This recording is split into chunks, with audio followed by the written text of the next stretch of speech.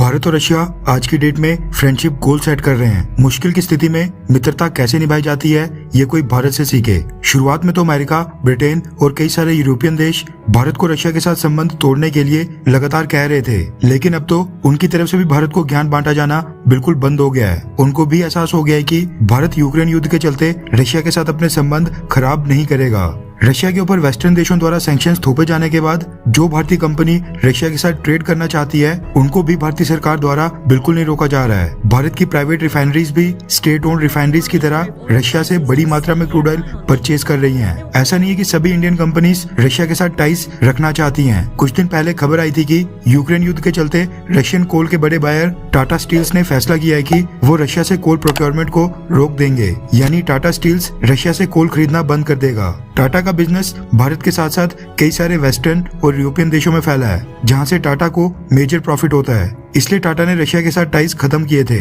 लेकिन जो companies Russia के साथ ट्रेड जारी रखना चाहती हैं उनको सरकार की तरफ से पूरा योगदान मिल रहा है। दरअसल यूरोपियन देशों ने रशिया से कोल परचेज करना बेहद कम कर दिया था, क्योंकि मार्केट में कोल के और कई सारे ऑप्शंस उपलब्ध थे।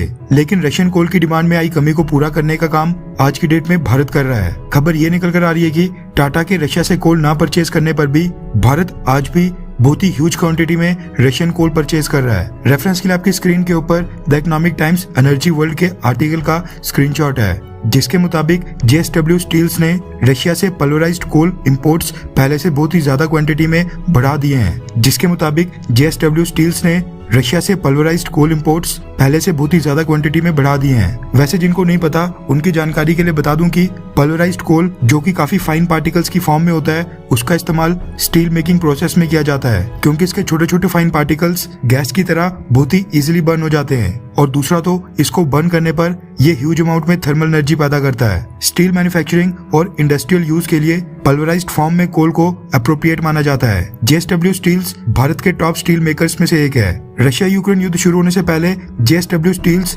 रशिया से मात्र 2 से 3% कोल परचेज किया करते थे, लेकिन पिछले कुछ समय में JSW स्टील्स अब अपनी रिक्वायरमेंट का 10 से 15% कोल अकेले रशिया से परचेज कर रहे हैं। यानी रशिया को अगर टाटा का लॉस हुआ है तो उसकी भरपाई JSW स्टील्स पूरी कर रहा है। ये जानकारी JSW स्टील्स के deputy managing director Vinod Nowal ने दी है।